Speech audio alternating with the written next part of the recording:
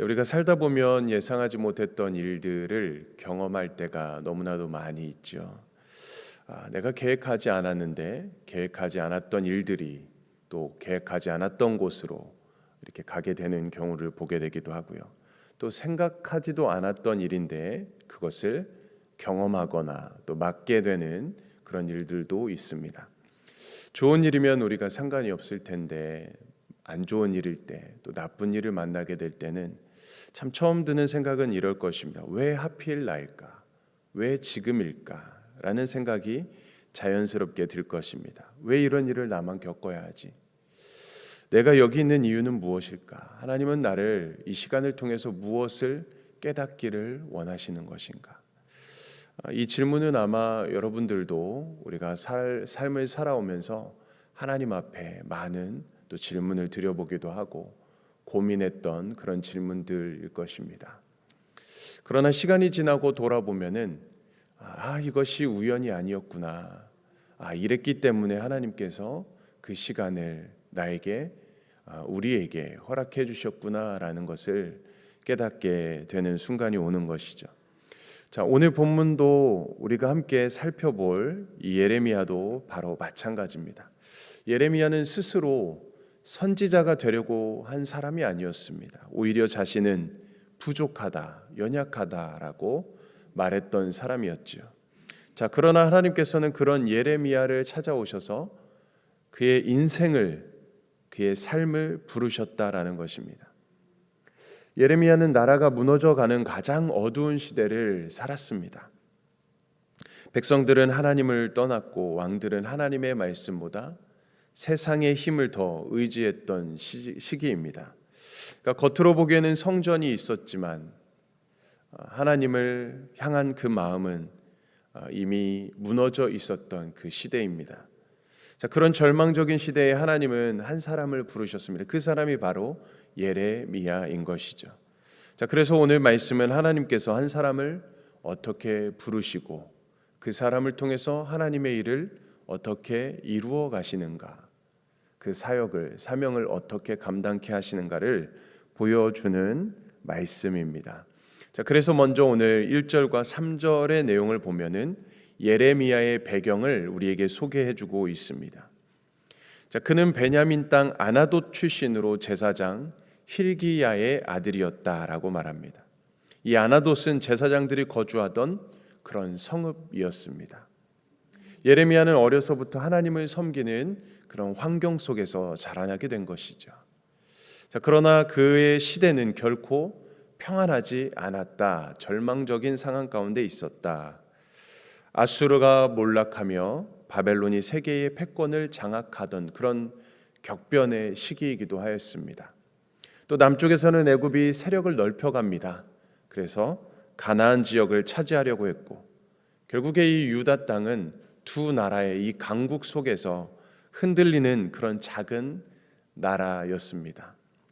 결국 유다는 하나님보다 강대국을 의지하게 되었고 결국엔 바벨론에 의해서 멸망하게 되는 것입니다. 자, 바로 그 시대에 하나님께서 예레미야를 부르셨다. 자, 그리고 하나님은 5절 말씀에서 이렇게 말씀합니다. 내가 너를 모태에 짓기 전에 너를 알았고 내가 배에서 나오기 전에 너를 성별하였고 너를 여러 나라의 선지자로 세웠노라라고 말씀해 주는 것입니다. 이 말씀은 먼저 예레미야를 향한 하나님의 특별한 소명의 말씀인 것이죠. 부르심, 소명의 말씀입니다.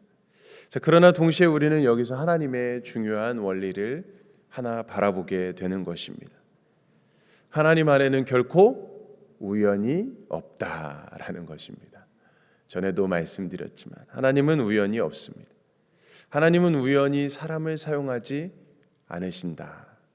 하나님의 부르심에는 언제나 하나님의 계획 속에서 이루어져 간다.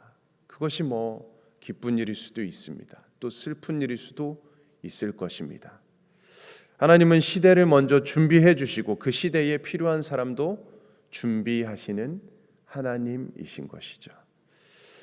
우리가 잘 아는 사도 바울도 역시 이렇게 고백합니다. 갈라디아서 1장 15절 말씀에서 내 어머니의 태로부터 나를 택정하시고 그의 은혜로 나를 부르신 이가 라고 고백합니다. 이 바울의 고백이 더 놀라운 이 이유는 그 바울의 과거 때문에 있지 않습니까? 바울은 처음부터 하나님을 잘 믿던 사람이 아니었습니다. 주님을 알지 못하는 사람이었죠.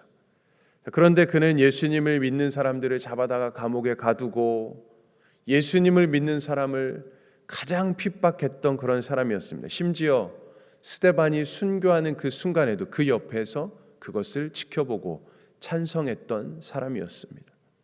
사람의 눈으로 본다면 바울은 결코 하나님의 일꾼이 되기에는 그런 사람은 아니다라는 생각이 들 수도 있을 것입니다. 오히려 하나님의 나라를 무너뜨리는 사람이 아닌가라는 생각을 해볼 수도 있는 것이죠. 그런데 하나님께서는 다메섹으로 가는 길에 그 바울을 만나 주셨습니다. 그리고 그를 변화시켜서 이방인의 사도로 그를 사용해 주셨다라는 것이죠. 자, 그래서 바울은 자신의 사역을 돌아보면서 하나님께서 내 어머니의 태로 나를 택정하시고 은혜로 나를 부르셨다라고 고백할 수 있는 것입니다. 자, 이 말은 처음부터 바울이 선한 사람이었다라는 뜻은 아닐 것입니다. 하나님께서 오래전부터 그를 아시고 하나님의 때에 그를 은혜로 부르시고 하나님의 뜻으로 이루셨다라는 고백인 것입니다. 예레미야도 그렇고 바울도 그랬습니다. 두 사람 모두 자신의 능력으로 쓰임 받은 것이 아니었습니다. 하나님의 부르심과 은혜로 쓰임 받은 것이었습니다. 사랑하는 성도 여러분, 우리도 역시 마찬가지일 것입니다. 우리의 구원도 결코 우연이 아니고 오늘 이 자리에 있는 것도 우연이 아닌 줄 믿으시기 바랍니다. 하나님께서 우리를 먼저 사랑하시고 은혜로 부르셔서 하나님의 백성, 하나님의 자녀로 삼아주셨다는 것입니다. 그리고 구원받은 우리를 각자의 삶의 자리에서 하나님의 뜻을 이루는 일꾼으로 사용하시기를 원하시는 것이죠. 하나님 나라를 이루며 살아가도록 우리를 부르셨습니다. 이 사실을 우리가 믿기 시작할 때 우리 인생은 더 이상 우연한 삶이 아닙니다. 하나님의 섭리 속에 있는 삶이 되는 것이고, 그래서 더 귀하고 더 소중한 우리의 삶이 되는 것이죠. 예레미야는 하나님의 부르심 앞에 이렇게 말했습니다. 6절 말씀입니다. 우리 같이 한번 이 예레미야의 심정으로 한번 같이 읽어볼까요? 6절 말씀 시작. 내가 이르되 슬프도소이다. 주 여호와여 보소서 나는 아이라 말할 줄을 알지 못하나이다 하니. 예레미야의 심정이 조금 느껴지십니까? 하나님께서 그를 부르셨을 때 예레미야가 하나님께 나는 부족합니다. 나는 아이라 말할 줄도 잘 알지 못합니다. 마치 모세를 부를 때의 그 모습을 장면을 연상시키기도 합니다. 여기서 아이라라는 말은 무엇입니까? 어린아이라는 의미가 아니죠. 경험이 부족합니다. 제가 과연 그런 자격이 있을까요? 자기는 자격이 없다라는 뜻을 의미하는 것입니다. 그러니까 예레미야는 지금 자신의 부족함을 먼저 바라보고 있습니다. 그러나 중요한 것은 무엇입니까? 하나님께서는 그의 능력을 바라보지 않습니다. 하나님은 지금 그의 순종을 원하고 계시는 것입니다. 하나님께서는 예레미야에게 그래서 7절 말씀에서 이렇게 말씀합니다. 우리 7절 말씀도 같이 한번 읽어보겠습니다. 시작. 여호와께서 내게 이르시되 너는 아이라 말하지 말고 내가 너를 누구에게 보내든지 너는 가며 내가 내게 무엇을 명령하든지 너는 말할지니라. 아멘. 나는 너가 능력이 있어서 너를 사용하려는 것이 아니야. 나는 너의 순종을 원하고 있는 것이야. 능력은 나에게 있어. 여러분, 그래서 사명의 출발점은 능력이 아니라 바로 순종이라고 생각을 합니다. 하나님께서는 여러분의 능력을 원하시는 것이 아니라, 능력 있는 사람도 물론 좋겠지요. 그러나 하나님께서는 여러분의 순종을 원하고 계시다라는 사실을 기억하시기 바랍니다. 하나님께서는 보내시는 분이시고 우리는 보내심을 받는 사람들입니다. 말씀을 주시는 분도 하나님이시고 그 말씀을 전하는 사람도 하나님께서 세우신다라는 사실입니다. 자, 그래서 하나님은 예레미야의 입에 손을 대시며 말씀하십니다. 9절 말씀인데요. 여호와께서 그의 손을 내밀어 내 입에 대시며 여호와께서 내게 이르시되 보라 내가 내 말을 내 입에 두었노라. 결국 사명을 감당하게 하시는 분은 하나님이시다라는 것입니다. 그래서 우리가 해야 할 일은 우리의 부족함, 우리의 연약함을 바라보는 것이 아니라 그럴지라도 하나님을 전적으로 신뢰하고 전적으로 순종하는 것입니다. 여러분 그거 아시나요? 저도 예레미야와 같은 이 마음일 때가 있었습니다. 여러분도 그럴 때가 있었겠죠. 그래서 예레미야의 이 마음을 조금 더 알 것 같습니다. 멀리서도 아니고 가까이의 상황을 보게 된다면 제가 우리 뉴욕 선교교회 부목사로 청빙 제안을 받았을 때가 있었습니다. 하나님께 기도드렸습니다. 하나님, 제가 뉴욕 선교교회로 가는 것이 맞을까요? 이 새벽에 이렇게 기도를 드렸습니다. 하나님, 저처럼 부족한 사람이 뉴욕 선교교회에 가서 사역을 잘 감당할 수 있을까요? 이렇게 이야기했던 사람입니다. 그런데 하나님께서 뭐라고 응답하셨을까요? 이런 감동을 주시더라고요. 너는 순종하고 가기만 하면 돼. 내가 다 알아서 할 거야 라고 그런 마음을 주시더라고요. 그래서 순종하고 그렇게 오게 되었습니다. 그랬더니 하나님께서 능력 주시고 지혜도 주시고 필요에 따라서 또 감당할 힘과 은혜도 주셨습니다. 그래서 여기까지 이렇게 또 은혜로 오게 되었던 것이죠. 여러분, 하나님을 믿으면 됩니다. 하나님께 순종하면 되는 줄 믿습니다. 확실히 믿지 못해서, 확실히 우리가 순종하지 못해서 역사가 이루어지지 않는 것이지, 우리가 확실히 믿고 순종하면 하나님의 뜻이 여러분들의 삶을 통해 반드시 이루어질 것이고 하나님의 역사가 여러분의 삶을 통해 반드시 나타날 줄 믿습니다.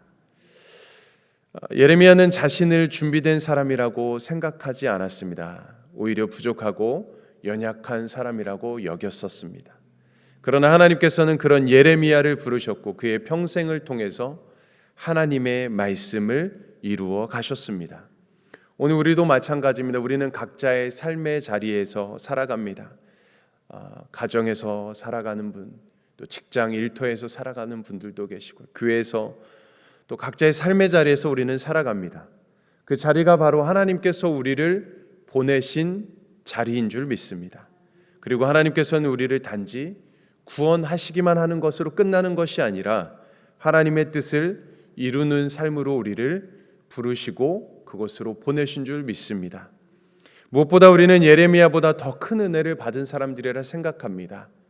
하나님께서 저와 여러분을 위해서 특별히 독생자 예수 그리스도를 이 땅에 보내주셔서 우리의 죄를 구원해 주셨고 하나님의 자녀로 삼아주셨고 그리고 이제는 그리스도의 제자로 삼아주셔서 우리가 그 부르심을 받고 예수 그리스도의 증인으로, 복음의 증인으로 살아가는 사람들입니다. 그러므로 우리 자신의 연약함, 우리의 부족함을 바라보기보다는 하나님의 그 부르심을 바라보시기 바랍니다. 환경을 바라보시지 마시고 하나님의 말씀을 바라보시기 바랍니다.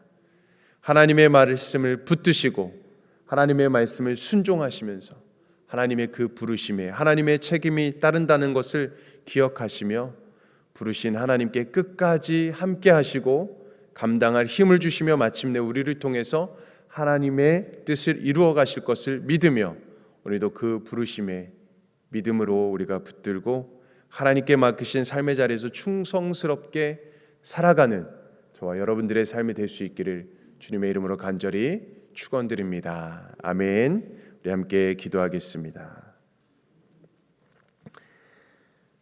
사랑의 하나님 아버지 감사합니다. 오늘 예레미야를 부르시는 하나님의 말씀을 통해서 우리를 먼저 아시고 은혜로 부르셨음을 깨닫게 하시니 감사합니다.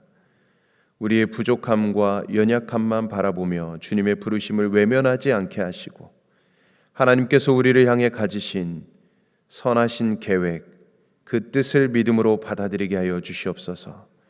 우리에게 맡겨주신 삶의 자리에서 말씀에 순종하게 하시고 우리 각자의 삶의 자리에서 하나님의 영광을 나타내며 살아가게 하시고 우리의 입술과 우리의 삶을 통해 주님의 사랑과 복음이 전해지게 하여 주시옵소서.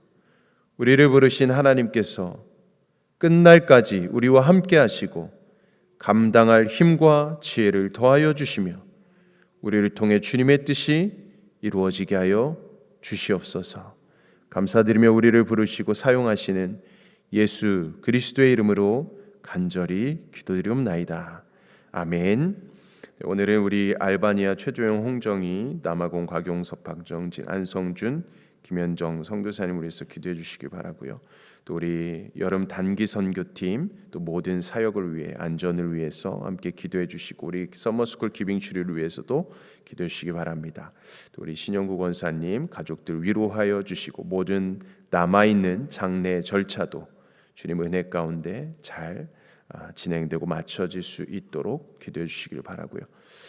특별히 또 연약함 중에 아픔 중에 있는 우리 성도님들이 계시다면 치유와 회복의 은혜를 허락해 주시도록 기도해 주시기 바랍니다. 또 우리 각자 개인의 기도 제목을 가지고 이 시간 주님의 이름 한번 외치며 합심으로 기도하겠습니다.